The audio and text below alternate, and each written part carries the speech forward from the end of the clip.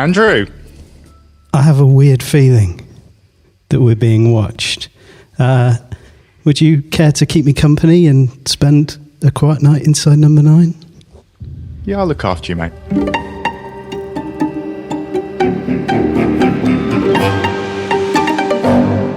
Hey, man. Hey, happy Halloween. Happy Halloween. Happy Halloween, everybody. Hey. We're live. It's weird talking to people that I can't see. Very much so. Welcome to everybody. Hope you've enjoyed your evening and a bit of Deadline. Yeah. Sorry about the delay in getting started. Stephen had to change his pumpkins over. Check out that. Yeah, great. So we're here to talk about Deadline, which was directed by Barbara Wiltshire, produced by John Plowman and Adam Tandy and Claire McCarthy, and written by Rhys Shearsmith and Steve Pemberton. It was first broadcast live on Sunday, the 28th of October 2018. So I feel we should start with some notices. Just I think we should start with taking off these balaclavas, to be honest with you. Oh, I'm going to leave mine on for a little bit longer. Okay, all right. Took me too long to get into. Okay. Initial thoughts on Deadline? Oh, I love it. I'm so disappointed that I was a little bit late to the party on Inside Number 9 and I didn't get to see it the first time round. It was, yeah.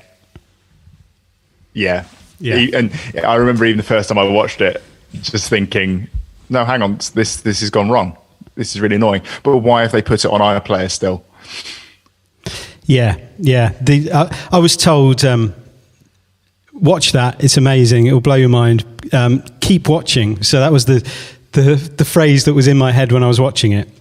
And so when the technical difficulties emerged, I wasn't thinking keep watching because this is all intentional. I was thinking keep watching because they sort out the problems and it is actually good in the end. So even though I didn't watch it live the first time, I was still sucked into believing that it was problematic. So I think amazing work. I think the genius of the whole thing was just that it's so.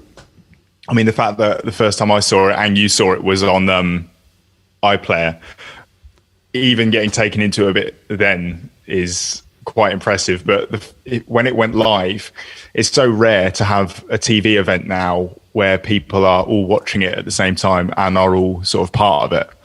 And being able to weave that in the way they did with the cutting to the dressing room stuff and the tweeting along and showing live TV pictures of Javier Bolsonaro's election, to say, this is the equivalent of standing there holding a newspaper with today's date on it saying, this is live. Genius. Yeah, totally. I'm very sorry, but as you can hear, we're having a few problems at the moment with the sound for this live edition of Inside Number 9. We hope to rectify that for you in just a few moments, so stay with us here on BBC Two. I was trying to remember sort of when I first watched it, when it starts, like, because obviously, it starts typical Inside Number 9 episode, you're outside a Number 9 flat, in goes Arthur Flitwick. What are you thinking that this is going to be at that point? I don't know, but I really want to know how that episode pans out. It feels like it could be a normal episode. The dialogue's a bit hammed up on purpose, I think, and it's got that feeling, I think, of like the Devil of Christmas. Mm-hmm. It is that feeling that something's not quite right with the way it's set up, and it's all a bit shaky, and there's boom mics appearing in the top corner and stuff like that, and it's all a little bit off. Yeah. And my favourite line. Which actually, I'm going to play that. I'm going to play that clip just to sort of give us a chance to take our balaclavas off, because this is definitely. I love this. He killed Elsie. He pushed her down the steps of the bell tower. Did he indeed? After what happened at Brownie Camp, she changed her will to benefit the church, but he needed the money quickly and. So he murdered her? Yes. He knew I was onto him. He'd have done the same to me. That's why I needed to strike first. And how do you know all this, Arthur, dear? Elsie told me. On the phone. She told me. She told me. Reese, can I just have a bit of a question here? I've got a bit of a question. Sorry, do you mean Steve? Sorry. Oh, yes, of course. No, it's just I'm not very clear about. Brilliant. She told me. I absolutely love how that just gets completely undermined. The hammed up, terrible acting, great acting. You know, I'm surprised Graham Harper's not involved in this. But that just completely undermined by Stephanie Cole calling Steve Reese. Yeah. Not only did she just completely undermine the line that had just been delivered, but they had to do it with the wrong name as well. Yeah. It was something quite special. Yeah, I love it. Yeah. So, I mean, have you been able to work out the plot of that? No, but I don't think they had either, to be perfectly honest with you. It sounded from the dressing room chat that they hadn't figured out how that was going to end, and it looked pretty shambolic. It's kind of shambolic, isn't it? Yeah. Which is great. And I think that's summed up. I don't know if anybody else has got light to shed on it, but that line when she discovers Reese's head in the microwave, and it's like this, it's almost delivered in this kind of profound way of after she's offered to make Arthur an egg, microwave him an egg, and she says, "I'll crack one open and give you a head. Start." Yeah. So what does that line even mean? A head start on what? Obviously it's relevant to the fact there's a head in the microwave, but it's just a dreadful pun. It doesn't really go anywhere.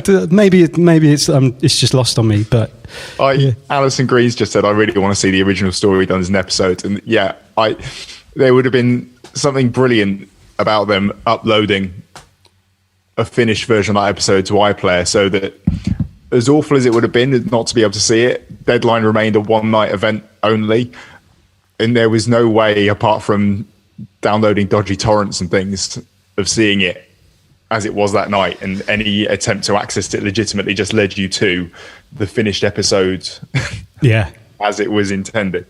Yeah, totally. Yeah, it's a bit like Ghost Watch, which I hadn't come across before, references to, between this one and Ghostwatch, which was a 92 BBC broadcast, which I don't know, from what I gather, was it done live, or was it, because it, no. And it's in the BFI interview with Reese and Steve and Adam and the director Barbara. They suggest that it wasn't done live. It was designed to seem live, wasn't it? It was put out as though it was a live event that was going on. That was a little bit undermined by, you said in the week, like the credits at the end, where all this stuff kicks off, and then you get the credits at the end, which explain exactly what you've just been watching. And even at the beginning, Reese says it written by. So you're about to watch a staged piece of TV. And I think Reese kind of said, obviously Ghostwatch played a little bit of a role in it. It was a similar kind of thing. That it was a live broadcast that went wrong around spirits. Yeah. But although really the main... go on. I was going to say that the big difference is that was a Halloween broadcast about ghosts. This wasn't. This was supposed to just be a live episode of Inside Number 9, and then the ghosts and the gremlins emerge into it. And so you're not... I think what I find really fantastic about this episode is how they play on your fears, which are not ghosts. Something's going to go wrong with a live broadcast. And so you're watching it thinking, I can very much relate to that right now. yeah, exactly. And so you're already in that place of expectation that something could go wrong. And so when those little, and I think that seed that's sown with that first little silent glitch when Steve's talking, and then you're like, oh, did that just happen? And then there's that transition, Reese appears, and the sound fails. And I think that is playing into that fear and you just think, oh, there you go, it's gone wrong. And then when the continuity announcer crops up, you're like, yeah, confirmation.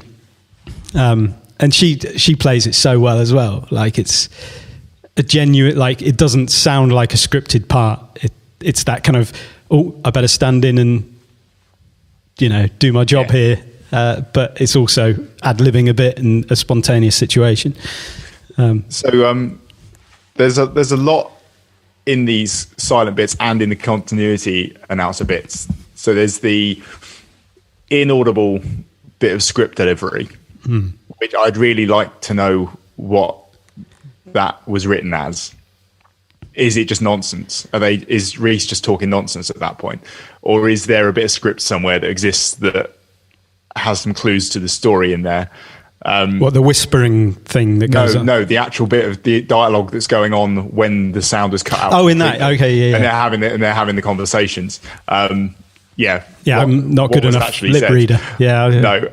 But then also, the whispering stuff that's going on in the background of continuity announcer. Is there something being said there? Is it, I don't know, is it just inaudibly low? Is it backmasked? Is there... Yeah. I listened to it through headphones and picked up a couple of words. So the word sin, it's my fault, and what was the other one? There's something else that I picked up, but it's really frustrating because it's like the whispering only happens when she's talking. Yeah. Well, as you can see, we are continuing to have difficulties with Inside Number 9 tonight. We're working on it, and as soon as I get any information about what's going on, I will, of course, let you know.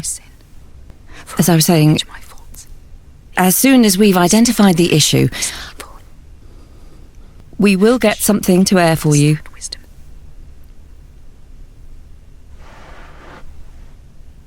Hello? Is someone there?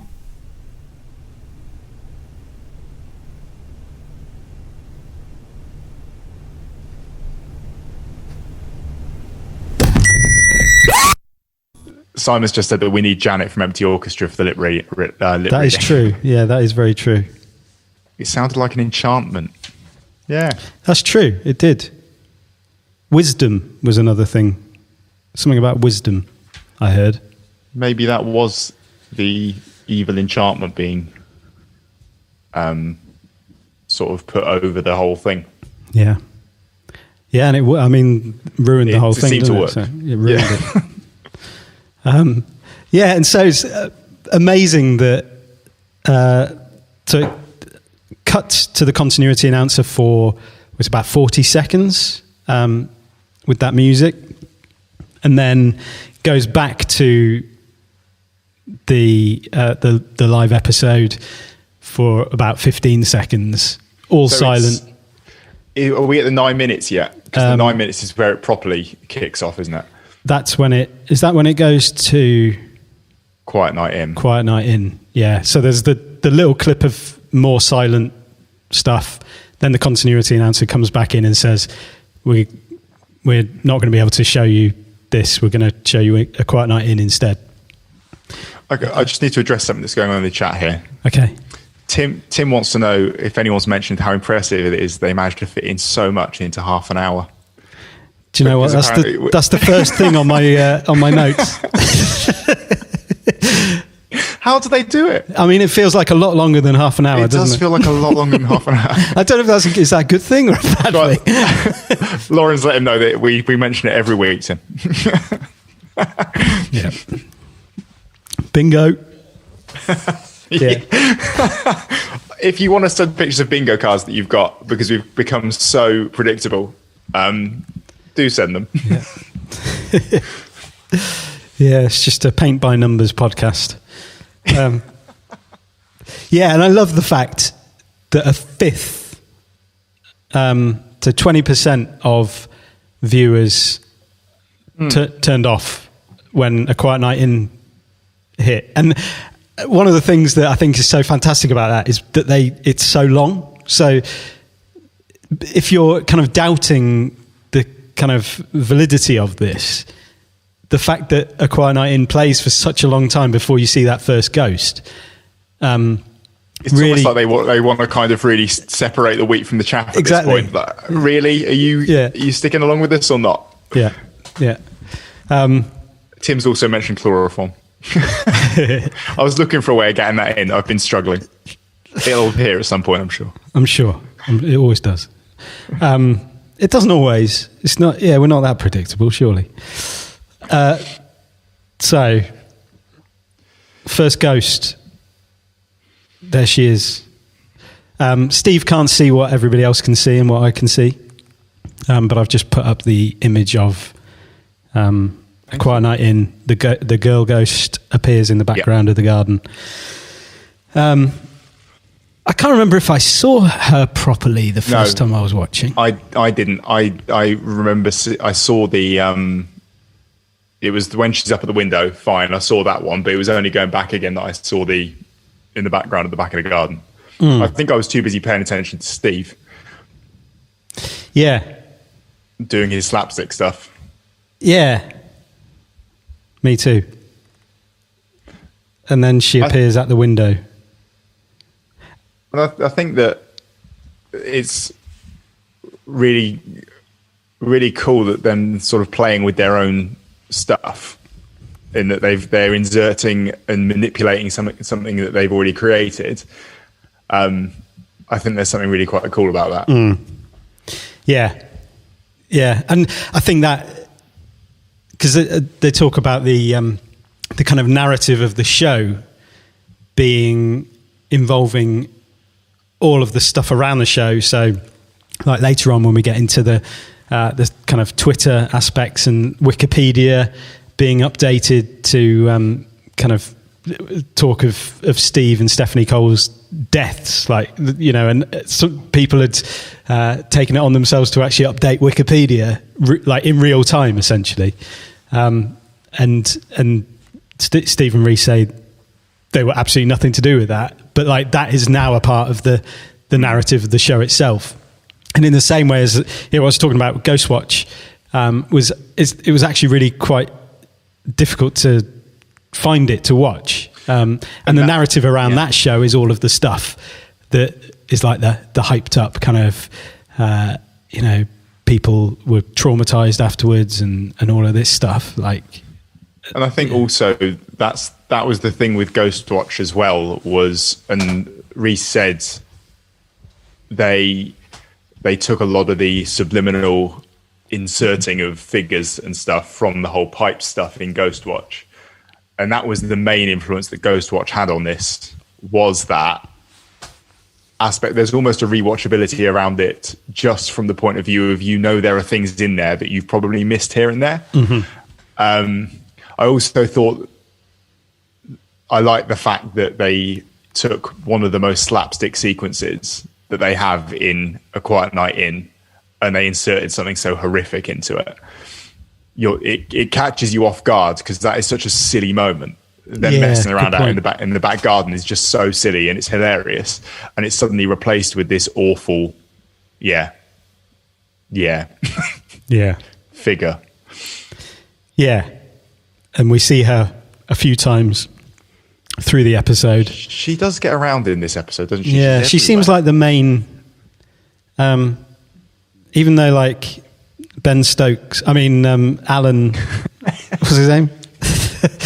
Alan, who I always see as Ben Stokes, is the kind of the main named ghost.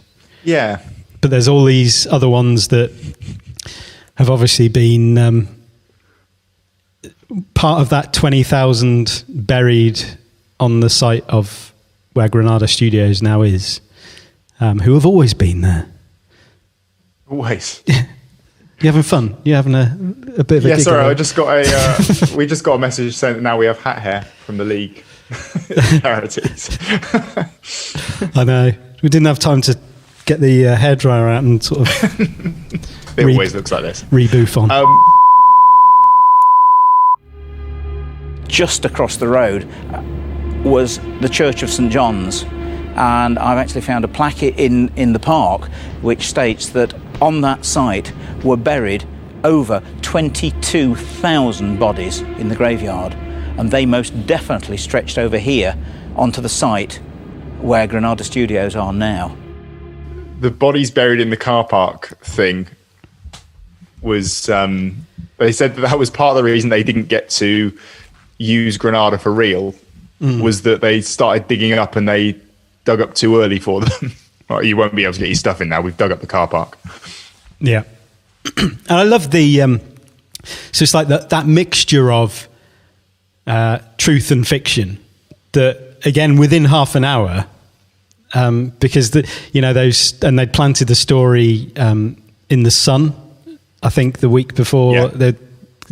That was all about, they'd decided not to use Granada because... Which haunting stories. Kind of contradicts them doing the thing at Granada, but we'll overlook that. But yeah, so they said they won't go there because it's haunted by ghosts of people, ex-actors from Coronation Street, and one of which is called Elsie. Elsie and Moira. Yeah. Were from Coronation Street. Yeah, which is maybe, why there's such incoherence with the story. Like, it was being meddled with by ghosts right from the word go without Stephen Rees kind of realising when they were writing it, Have you got any more about names, or have you left that alone? Do you know what? I've been so busy on the technology, I haven't had time to look into names. Sorry, guys. Good. Steve will be happy. He hates my name theories. It's all right, but you've been talking to me about phones and communication. Phones? I mean, yes. Sorry. So this, if anything kind of nods to the fact that Inside Number 9 is mainly about communication and especially phones, this is it. Do you know what I mean? Like... the ghosts are in the technology and they use it, and electricity and stuff. Like a stopped clock. You're right.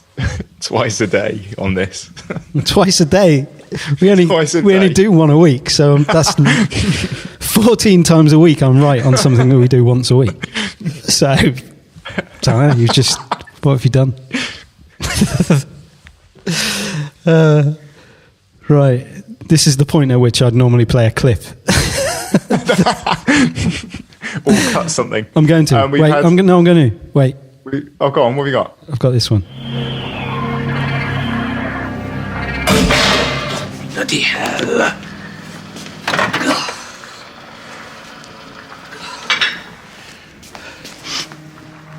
Sorry about that. I was just cuddling an egg. Hello?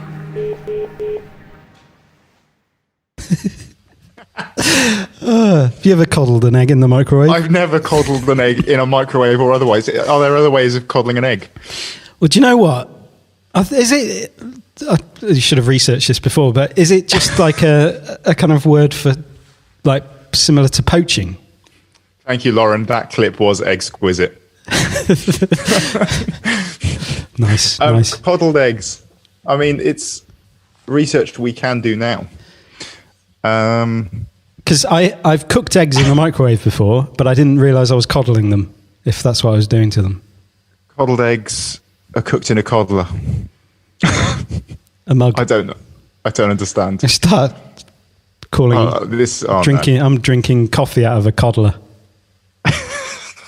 Is that? I don't. Do we know exactly what it means to coddle? Thank you, Isla. Coddled eggs are eggs that are gently or lightly cooked in water just below boiling temperature, in or out of the shell or other container. But Simon, this smacks of being copied and pasted. I refuse to believe that you've just typed that. So you could coddle an egg in its own shell. Isn't it just boiling an egg? No, if you cracked the egg open. Citation needed. Yes. I don't know. Coddle. It's gone back.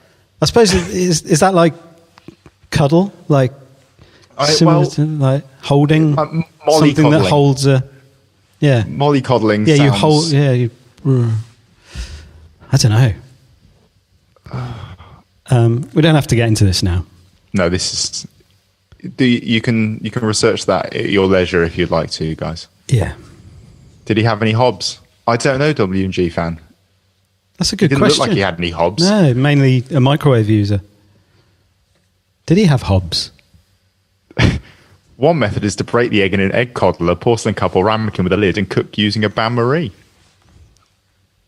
There you go. They're like a poached egg. Yeah, that's the impression. Simon's gone off on one. Simon's giving me like a blow-by-blow Nigella Lawson account of how to coddle an egg. Without a microwave or with a microwave? I'm pretty sure. Well, he's given me a bain-marie. I don't know if you can. Does a bain-marie apply in a microwave as well? I can't believe we've spent this much time talking about egg coddling. We'll be losing viewers. But gaining members of the egg coddling community who are tuning in. It's a big community. I'm assuming it's in the title. We've had Simon's also just sent us some pictures of pipes in Ghostwatch. It's similar to the ones that we see it's those quick camera swings and things. We see it like with Alan in the doorway, and there's the one with pipes when he was stood in front of the curtains when you just catch him on the swing around. Yeah. I absolutely love those kinds of. I'm a big fan of ghost stories generally, and Ghost Stories, the play.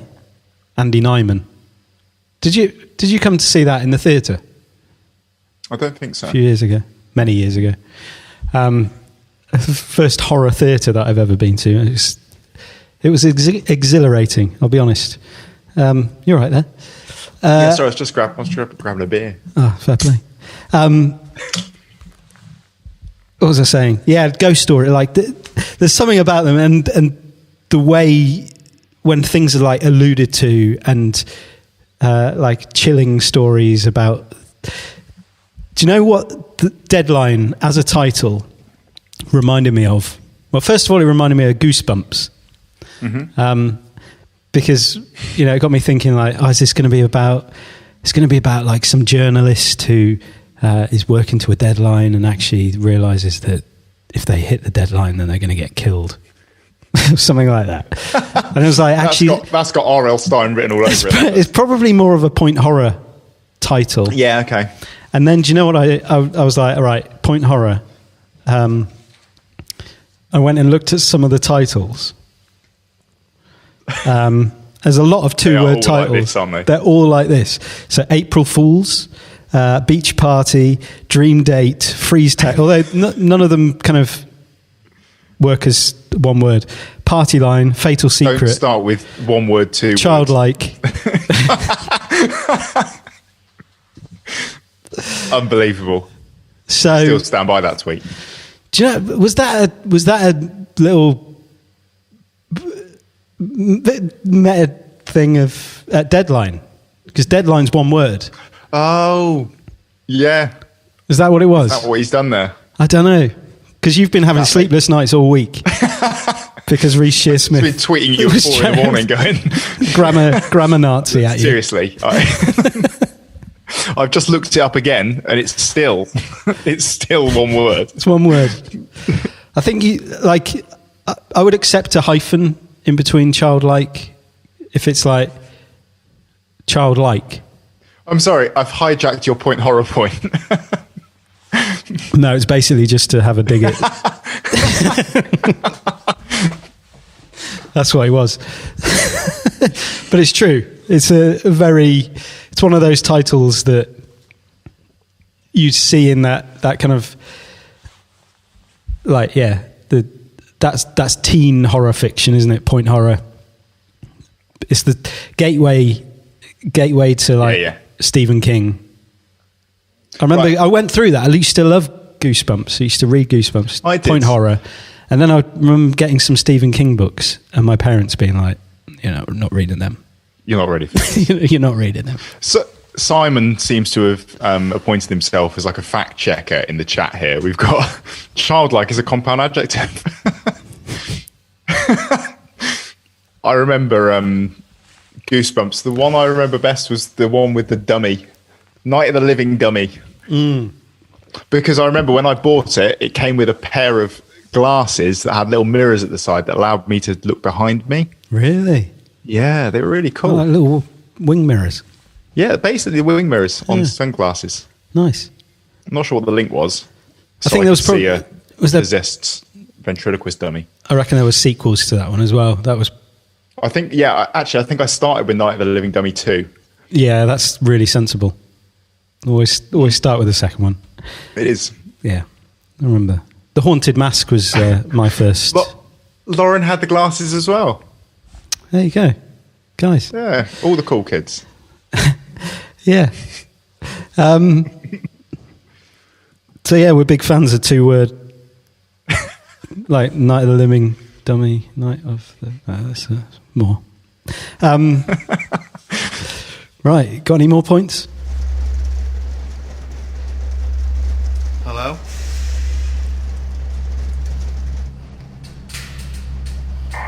Sound was, I mean, aside from the little bits of dialogue, the inaudible bits, which were sort of quite frustrating to not be able to hear, the music and stuff was pretty superb. Yep. I've in the week I watched the little documentary thing with the behind the scenes of Christian, what was his name? Christian Henson putting together the live scoring for it. That's quite an undertaking. Yeah, that was madness. Phenomenal. Yeah, and seeing him put together the sounds and stuff, and I think what's brilliant about this episode as well is you've obviously got those two aspects to it. So you've got the scored part in terms of it being an obviously scored. There's music. You're thinking this is a fictional story. But then as soon as A Quiet Night In turns upside down, literally, you are into a more kind of ambient horror sound. You don't have music in this bit because it's not deliberate, or it's not supposed to be deliberate. And so it has that, I mean, it's a David Lynchy aspect to it with the just haunting electrical buzz and low tones, and just the creation of everyday, or turning everyday sounds into really unnerving, unsettling things that just add to the horror. It's when it's the everyday stuff to the extent that you almost take it in subliminally, and you don't realize the effect it's having on you in terms of building up the tension and building up the horror. Yeah. And that's quite amazing. Yeah. And even the phone, like the sound of the phone, when it rings and it's Alan, and Stephanie answers it, and she's like undermining Inside Number 9 brilliantly. Yeah. When that phone rings, there's something about the emptiness around the sound of the phone ringing that is just really haunting. And I think that it's the use of silence is just as great as the use of noise. But yeah.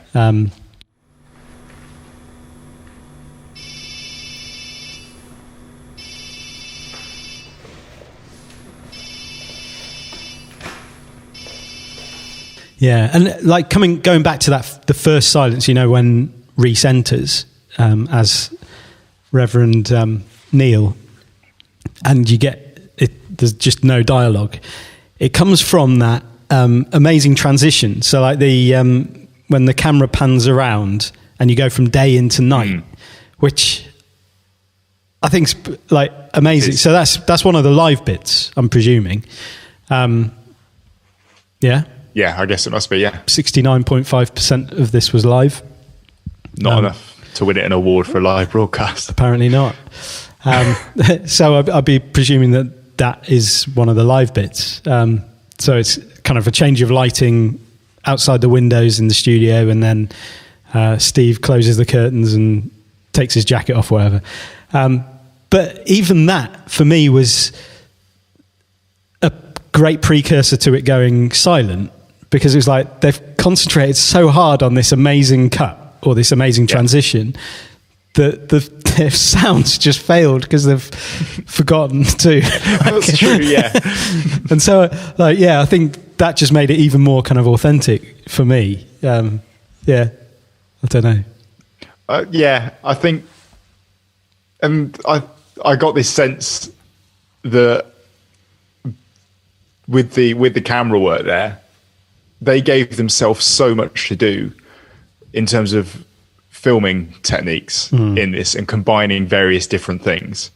It was just madness. I don't know who decides, right, we're gonna go for a live broadcast, something that they themselves, it wasn't their idea, it was given to them. It was, do you fancy doing a live broadcast for us? That'd be great.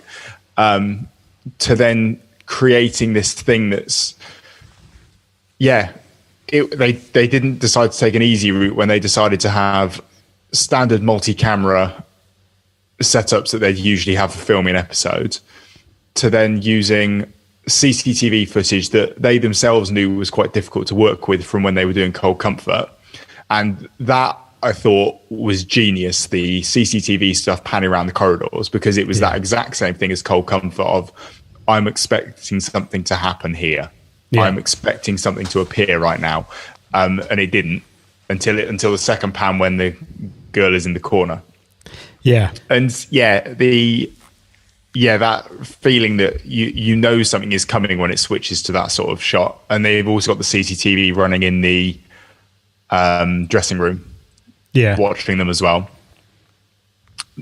That wasn't enough though. We then had to have Reese's helmet with his GoPro mounted on it that was then going to become for our big finale of him running through with night vision as well, not just point of view cameras. We then pop in some night vision cameras in there as well. Just mad. Yeah. Because I suppose what are you doing, guys? Again, it's similar to the sound. You're thinking about how can you make this as authentic as possible, and it's obviously not found footage either, because it's a live broadcast. You're using the things that are there in the live broadcast of the thing that the fictional show. You're using those things to then be like present an authentic thing to the people watching, and it's just tough but amazing and genius. And I also like that Reese's character as the Reverend is the kind of man to sit down in someone's house and accept a cup of tea whilst continuing to wear his bike helmet. Well, do you know what? He either had to be a vicar, with like a cycling vicar, which is a typical trope, cycling vicar, or a rugby referee. It's like Nigel Owens in your front room. It's like he had to go, all right, boys, right? Could have got away with that. They could have written Nigel Owens into this. I don't know. Oh, sorry, priest. Priest, apparently not a vicar. Well, he's referred to as a vicar. W&G fan. I would.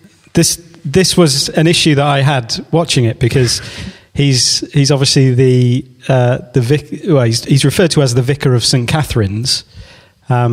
Everything seems quite Catholic, but they do call him a vicar.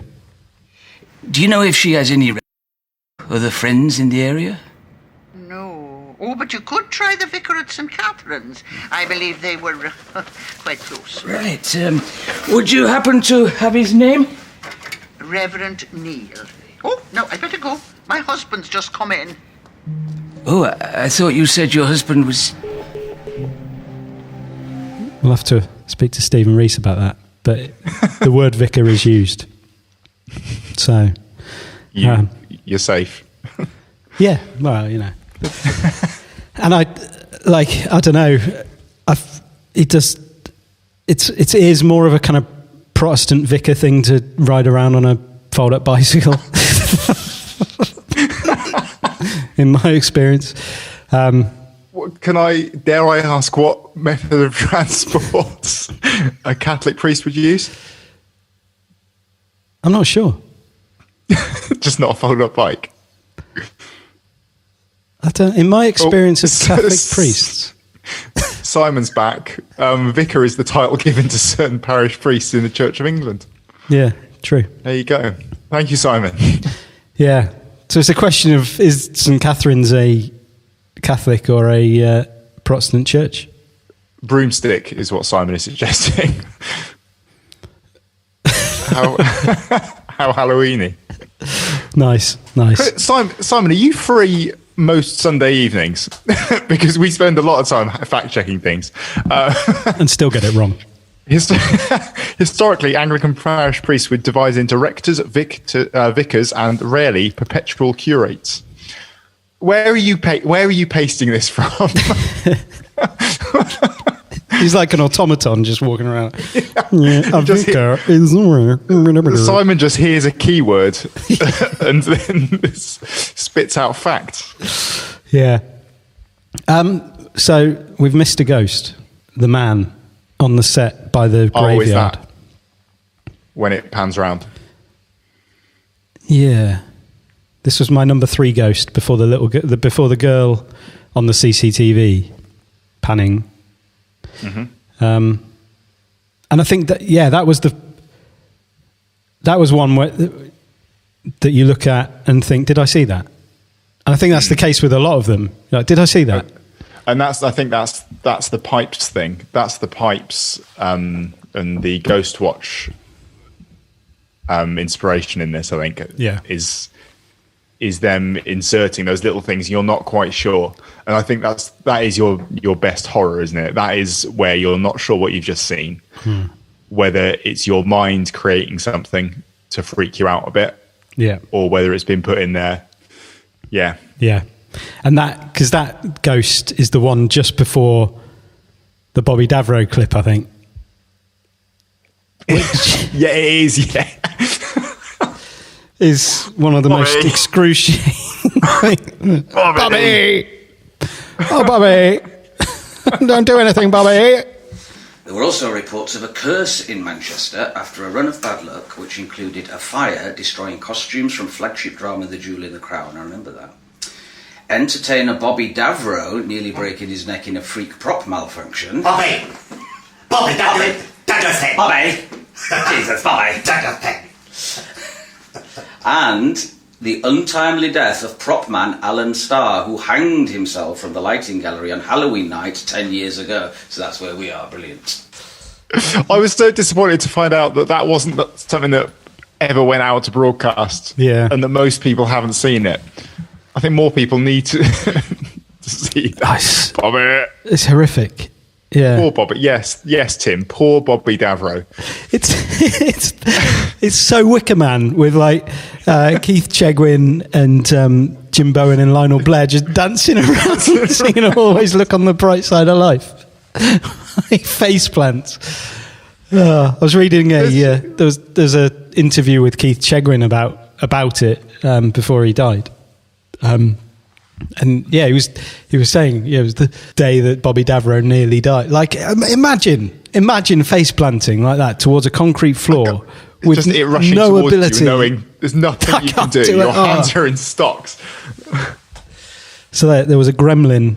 That was one, except it was BBC and not Granada. But that was one of the. They just wanted to use it, didn't they? Yeah, just so he could do impressions. Mainly, and because of that.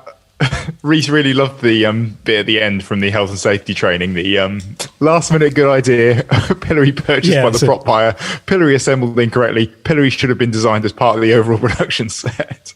Yeah. Hang on. Yeah, actually, Lauren's right. You just said Keith Chegwin's dead. Is he? No, you just said he was. I think I did, didn't I? Yeah. You did, yeah. You just freaked everyone out. Is he dead? I don't know. He is dead, isn't he? Yeah, he died in 2017. Yeah. I think you've just broken some news to Lauren. Sorry, Lauren. I should have been more sensitive in the way that I told you that. I mean, it's been 3 years. Yeah, I think you're right. It's been 3 years. So terrible. What's GBNF? What? Simon, what does GBNF stand for? Yeah, no, I was surprised when I said it as well. Yeah. It didn't feel right to say, but it's true. Yeah, sorry. Yeah, I hadn't realised. Let's have a look at more of the ghosts. Yeah, there are many. The ghost legs are one of the freaky ones. So they're there for a long time in the dressing room. Ghost legs is one of the hidden ghosts in the dressing room stuff. Reese is insistent that there is a ghost in that scene that no one has seen or will ever see. I don't know. Oh, yes. I don't know how he can say that. So, which ones are we aware of?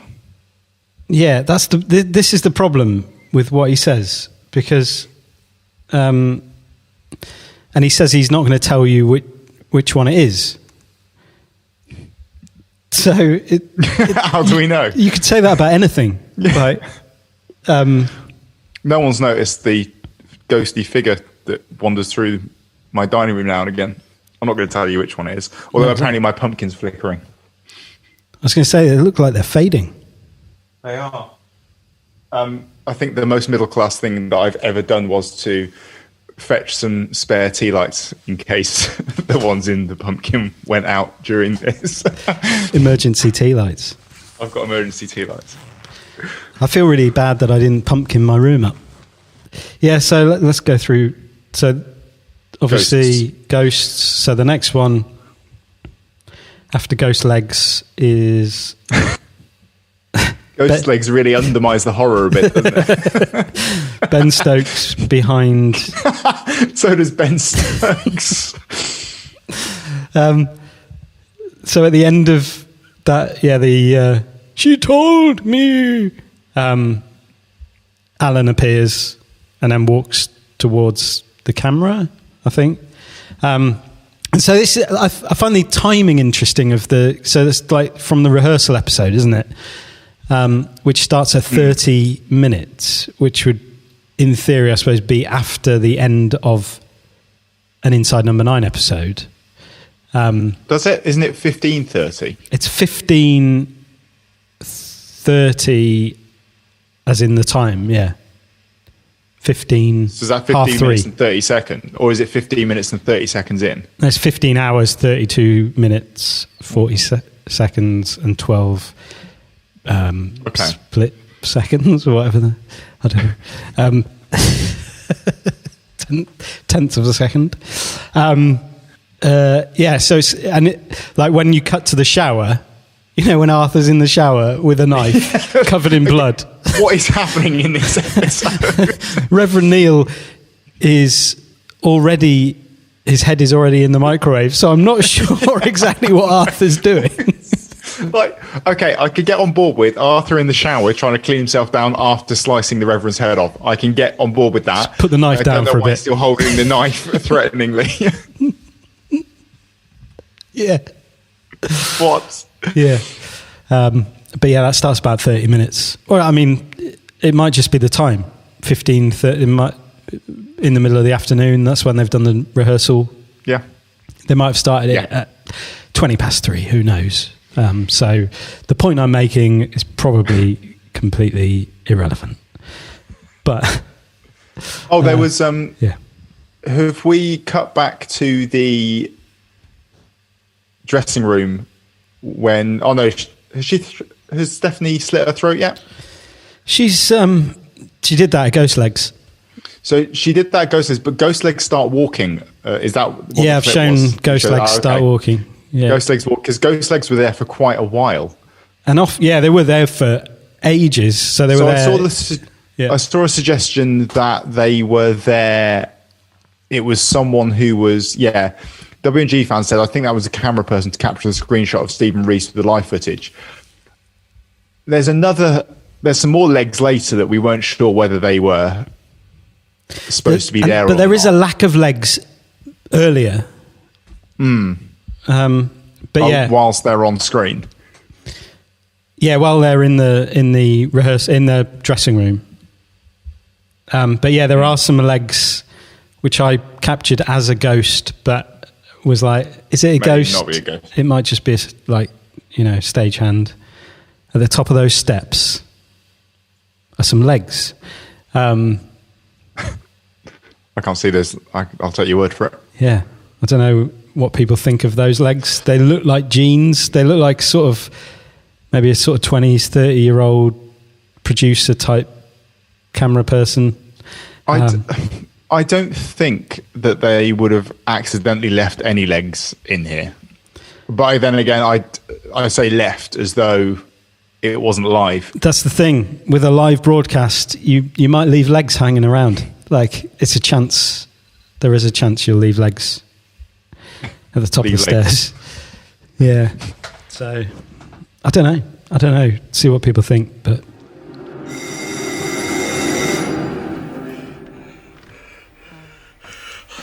Mr. Flitwick, it's Moira. Are you about? Only the door was on the latch. I'm just in the bathroom, Moira. Oh, well, then I won't disturb you. I know better than to come between a man and his prostate. My Jerry is up and down like a bright nighty till all hours of the morning.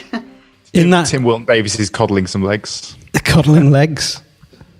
Oh, it's nice. Isla's asked if the legs are akimbo. They were not legs akimbo. Legs akimbo. Theatre group. Oh, make sure you butter them first. Simon. Guys. Simon's out of control. I've got a cage we could put Simon in later. Hang on. Is this going to require chloroform? There it is. A more definite ghost in that environment is the return of the Quiet Night Inn female ghost. This one in the mirror, which you told me about. I went to the next scene when Reese is in there with his head camera. I was like, I can't see this ghost that you're talking about. There's no ghost in the mirror, which is where I stumbled upon the legs. I was like, when you say mirror, do you mean top of the stairs? No, I mean the big long reflective glass thing attached to the wall. Yeah, no, she's definitely there. She is. Very good. I think it's quite interesting that ghost seems to be the one that's really concentrated on. Yeah. When there's so much chat about Alan. And nothing's mentioned of this other young girl who could be haunting the studios. Yeah. But she seems to be the focus because she crops up a fair few times. Yeah. And she's, as in terms of a creepy monster, she looks great. Because I think we've talked before, haven't we, about revealing the monster is always a dangerous thing to do, because it kind of, the scariest thing I find with stuff is what your imagination creates. Yeah, completely. But then I think with things like this, it's playing with your imagination, and when it's like, did I just see that? And it gives you those haunting moments where you're like, woo. And that's the thing, is that you are shown it, but in such split seconds, little portions that are just building up in your minds. The overall, you get to the point where, we've taken stills of all these things, and there it's very clear. But whilst you're watching, they are so quick. There is a quick camera pan round, and it's gone. And there is a quick flash. We're talking about the odd couple of frames here and there, of you seeing it and then it's gone. So your imagination is still having to fill in the blanks. Yeah, exactly. And your imagination is an incredible thing, and it can suggest that a deer was watching a murder happen. And it can be so right about stuff. Yeah, exactly. Good point. So that just appeared in the chat, and I had to try and sneak it in. I am not a threat. I am here as a messenger. All I do is carry a message. You have to leave this site. What you're still left with is the imagination of like, what are these things capable of, or what are they going to actually do? Because I think that's the point where a monster kind of undermines itself, is when it starts to like eat people and things like that, and you start to see that, and it's like, you've revealed too much. I don't, and the monsters in this are, I mean, in terms of what they actually do, we see a mop bucket shoved over. We see the random inserting of archive clips into a live broadcast. See Bobby Davro pushed on his face. We see Bobby Davro pushed on his face. And we see Stephanie kind of almost, I guess, possessed, and eventually killing herself. And I guess that's the most brutal one.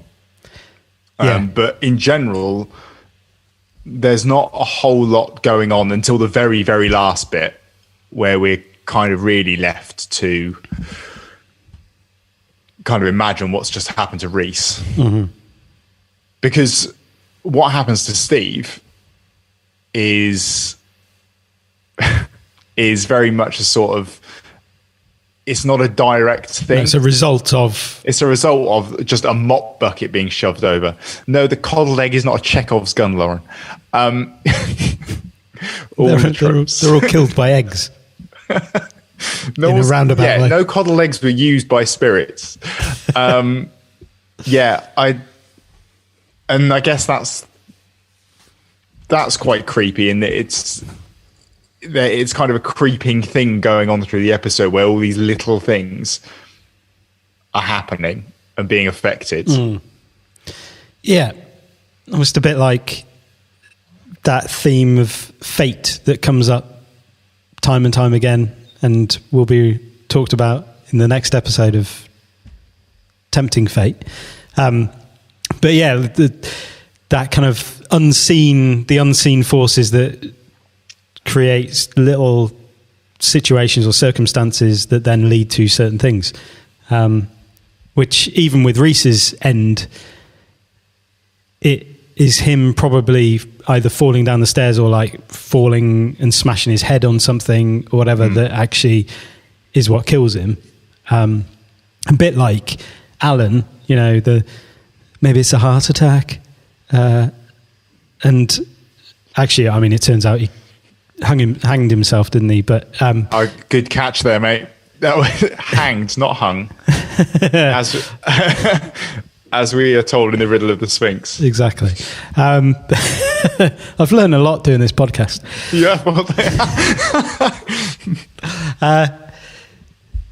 Yeah. So even that, like, because the ghosts say they've been here, they've always been here. So Alan is a new ghost, like he's only been there 10 years. So he's not the main haunter of this like set or this situation. He's just one of a cast of thousands.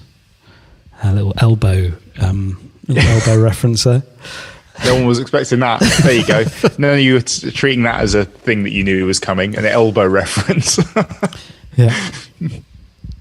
I'm actually credited in, is it that album? I think it's that album. I'm credited in. Yeah, singing along at Glastonbury 2002.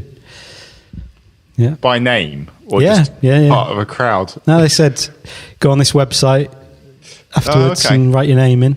Nice. There's a lot of names, but mine is there. Yeah, Andrew. Just Andrew. That's all I put in. I really wanted people to know. With an exclamation mark, all in capitals. Of course. He either died here of a heart attack or he died here of an accident, because it seems like he worked here. How long ago are we talking that this man was around? It's not that long ago. Maybe the figure I'm getting is only like 10 years or so. Right. And maybe. Worked here, you said? Yeah, it feels like he worked here. What, as a member of crew? Yeah, as a member of crew. This is one of my favourite Ghost appearances. Which one is it? I only managed to capture. It's the girl. It's the so it's the night when vision. He falls over. It's the night vision. Is this when he falls over? So I think she's around near the graveyard, and it just flicks on, and then flicks away. And so you're looking at that and you're thinking, that is definitely a person, but it could be something else. Which is, what Ghostwatch is so good at, sort of, talking about that kind of the like rational view of, no, you're just seeing you're seeing the things that you want to see and that kind of stuff. Yeah. Which I think that's a perfect capture of that. Michael Parkinson's brilliant in Ghostwatch. He's a great skeptic. I think his that whole character he builds up because I think he was needed in that. The skeptical character was definitely needed, and that's what sold it, I think, for a lot of people and left them feeling like they were watching something real. Well, and because it's Michael Parkinson, the trust that you have in Michael Parkinson as well as like a pretty straight up dude. Not anymore. I'll never believe a word he says. No. Ever again. No, especially after the Sun Life commercials. They don't pay out. Just checking Michael Parkinson is still alive. He is still alive. Yeah, he is. It's fine. Selling Parker pens for Sun Life. Yeah, I'll show you. I don't know if you can see the ghost in this one.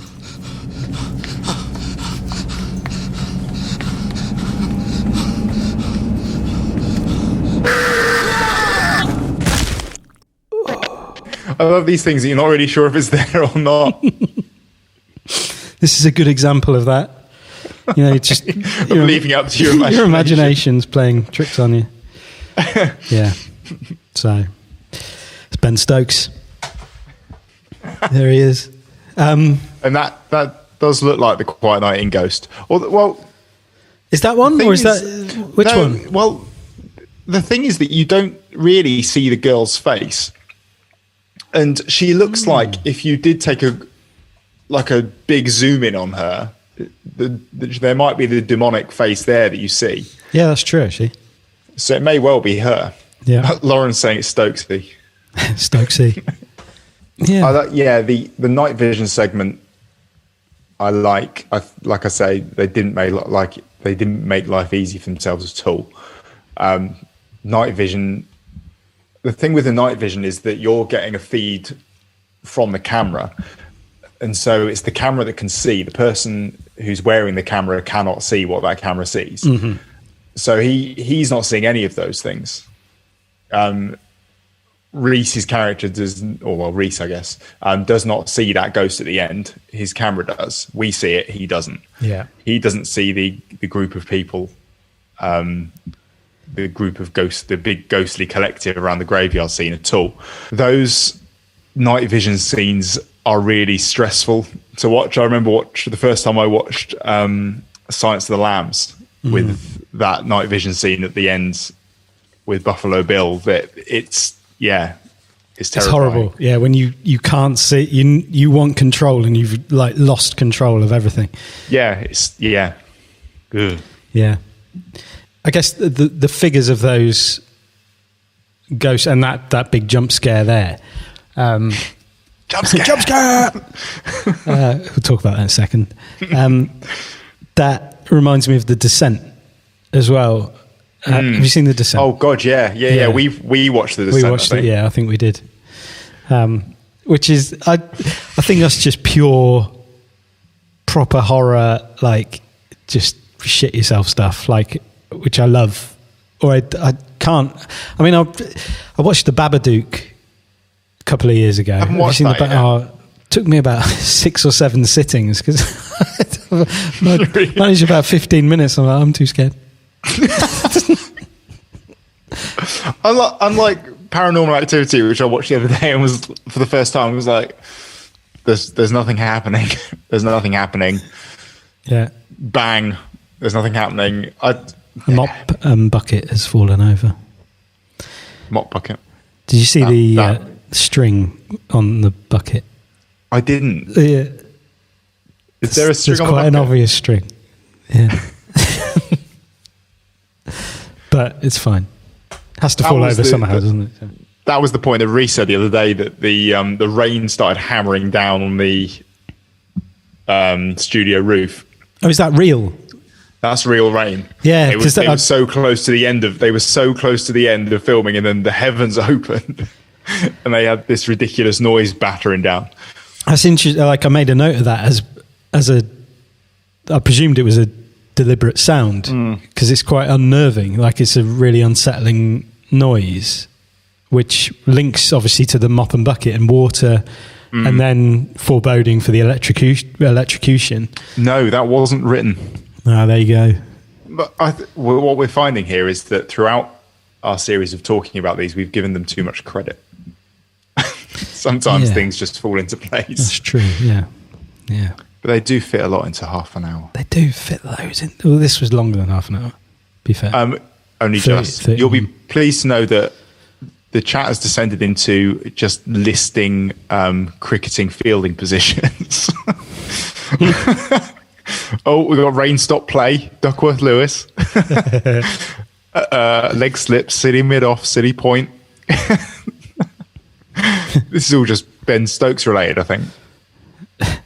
Leg theory. What's leg theory? Leg theory. Tim Wilton Davis. Talk to us, Tim. Leg theory. Or Simon. Simon, leg theory. Yeah. Of course. Yeah, it was bowling. It was a bowling idea. Was it? Leg theory? Yeah, it was like a philosophy of bowling. Oh, okay. Now Simon's just saying words. Jardine, body line. Yeah, this is like dealing with a computer. Yeah. You've entered the word cricket. Tell us. Oh, leg theory is body line. All right. Well, I did not realise they were one and the same. Classic Yorker. Thank you, Lauren. Right. Didn't see this coming. Fucking hell! God, you fuck! I could have had a hot cup of tea in my hand. It's good, isn't it? Horrible. Found it in costume. Should use it. Have you seen anyone? No. Well, I've seen Stephanie Cole. She's being weird. What do you mean? She's saying spirits are coming for us. Fuck's sake. I told her we should have got fucking Pam Ferris. No, she's been used up with Trunchbull. Oh, no. Steve! Oh, but when the use of that, when Reese is back, he's that's when he goes sort of through the back area, isn't it? So to speak, yeah. Yeah. Well, yeah, he goes into that cage, which you're like, that's one of those moments in a horror film where you're like, don't go in there. Why are you going? Seriously, don't go in there. But yeah, that's a great little moment with the head cam. The sounds, you can hear the cans, kind of little bits of white noise feedback on the cans, and then the figure. Thought you saw a ghost in there as well, didn't you? Which is like the cables. There's that, but you... Oh, yeah, no, I did. When we were watching it, you were like, there's a ghost in there. Yeah. But I didn't take a shot of it. I did see a ghost. Show everyone. I did see a ghost. Everyone, is there a ghost in that backstage? When he goes down the corridor, it's to the left, at the end of that corridor where he looks to the left. I think there's a ghost there. We'll give you a minute to now load up iPlayer, find the moment. They're all too busy now combining. Yeah, this is descended. Cricket and coddled eggs. The white noise was always around when the ghosts are near. Ah. Yeah. And flashes. There were always flashes. Okay. So with that in mind, there is probably a ghost in there, but then something drops the Reese heads, doesn't it? Because I don't think that's Steve. No, and shutting the gate. Yeah. Has someone actually counted the ghosts? No, that would be a good way of testing whether we've seen Reese's theory, special yeah. ghost. That's a good point. We should do that. But yeah, I think something drops the Reese head. Because the Reese head was... the Reese head was used not long before this in the actual scene, wasn't it? In the microwave. So for it to suddenly appear back in the props area is a bit weird. Good point. Yep. Unless Steve carried it through for his joke. Yeah, and just let it teeter on the edge of a shelf and then it fell. Now we're back to the deer chase the ghost. We're back to the jump scare, which is literally delivered as jump scare. Jump scare. Just in case we weren't sure that it was a jump scare. And that then triggers the most amazing line from Reese, which is, "I could have been carrying a hot cup of tea." She's again, like, what I love about Inside Number 9 is how British it is. Yeah. And how because he offers Stephanie Cole a cup of tea when she's going through her like proper being possessed moment. He's like, I'll make you a cup of tea. It's like so British. Hi, Stephanie. Sorry about all this. Has anyone told you what's going on? Alan called. You mean Adam, the producer? He said they're coming. Yeah, well, they're on in a meeting. There's been a right cock-up. All the equipment's gone haywire. You don't get this one up in all hours, do you? Alan says they've always been here. Before us, before the studios. We shouldn't be here. This is their home. Did you know that Wednesday is Samhain, the 31st of October? The day when the line between our world and the other world is thinned. The Elsie and the spirits, they're coming for us. They're with us now. Do you want me to get you a cup of tea, or? Alan said they infect the cables and the television equipment. The technology makes them stronger. Yeah, no, you're thinking of Black Mirror, Stephanie. This is Inside Number 9. It's more dark comedy and twists. They don't want us here. Right, well, I'm going to get a cup of tea.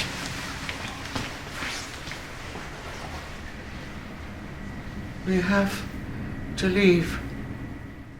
That actually, I like that little scene with Stephanie. And there's a lot of self-deprecation and mockingly taking themselves too seriously in that whole little section when, first of all, Reese is getting really angry about what's happened to the broadcast and is mainly concerned with whether they're getting royalty payments for a re-show of something good to come out of A this. Quiet Night In. And someone's just asked, is this part of the twist? Oh, fuck off. He's actually genuinely pissed off about the whole thing. Then Stephanie's there on the phone to Alan, talking about being part of Inside Number 9. Just, never heard of it either. I've never heard of it either, yeah. Comedy thing.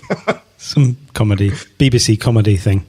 And then Reese comes and asks about Black Mirror. Oh no, his conversation comes in, is like, no, that's Black Mirror. Yeah, because she's talking about, because Alan's said about stuff in the technology and things like that, which is obviously a bit more Black Mirror. Yeah. Yeah. And that's a good reference, because I think a lot of people have kind of compared the two, haven't they? And I find the comparisons a little bit odd. I don't naturally think of them as like bedfellows, really. No, I suppose it's the twists, isn't it?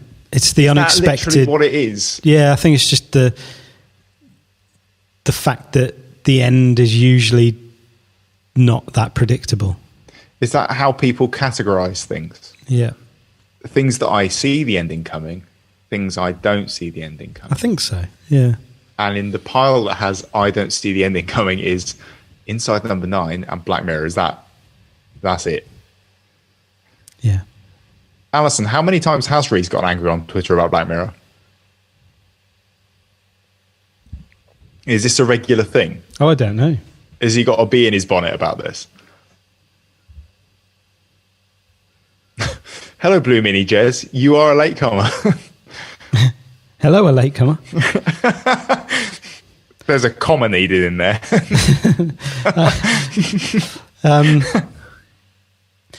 Yeah, I don't know, because there's in the BFI interview as well, there's the reference to Mrs. Brown's Boys, which is a bit of an awkward thing.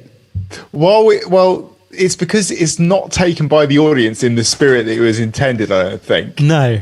I think Mrs. Brown's Boys is one of those things that around people who make comedy, Mrs. Brown's Boys is not seen as a particularly positive thing, I think. And so when Reese kind of puts it out that there was an idea that it was going to cut to an episode of Mrs. Brown's Boys, and then the main character was going to get their head macheted off. But they'd be in on it. Everyone cheered as though he was kind of sort of giving credence to that view that it's dreadful. But I love the fact he justified it. They'd be in on it. As if no, we were just going to go in and machete off Mrs. Brown's head. I did note down while we were watching the run through though that Moira's voice does sound very much like. Yeah, I think there's a reference to Mrs. Brown's, because I think that whole, even the kitchen setup seems quite Mrs. Brown's. Yeah, that's true. Yeah, yeah, sort of. Yeah, and then she's obviously got the Irish accent and. Which they slag off. She can't even do the accent. Yeah. And I love the fact that they complain about Stephanie, the fact that she doesn't understand the script or and it's like, guys, yeah, the script is completely incoherent. Doesn't make any sense. Again, what happens in this episode? They're talking about this again. Like, we want so many people want to see how this episode played out. Yeah. Yeah. But I think it probably only works in a similar way to the Devil of Christmas episodes, where it only works as a terrible piece of television within an episode. Yeah. I don't think it would stand on its own 2 feet. But I do love how they managed to weave the layers of narratives in to things like that. Like the fact that, Stephanie Cole takes the call from Alan on the phone that's on the table that's used in the first scene. It is that phone ringing. And so then it's like, okay, well, when Arthur Flitwick was taking those calls, what level of the narrative was that at? Yeah. The microwaves. Has the phone line been hacked and things like that? Exactly, yeah. I find things like that really, it's just sort of, it's almost like an MC Escher drawing. Slotting together. Yeah, just kind of like, those eternal steps or whatever, like just going round and everything fits together. And that's what it is, because it is all fiction at the end of the day. Like, so, yeah, it's just clever. I like it. Good. Yeah. Well, thank you so much to everybody for joining us. It's been really fun. This has been a lot of fun. Yeah. I hope we get to do it again at some point. Okay. Are you ready to go? Yeah, I think so. Right. Take care. Bye-bye. Bye-bye, everyone. Happy Halloween. Happy Halloween.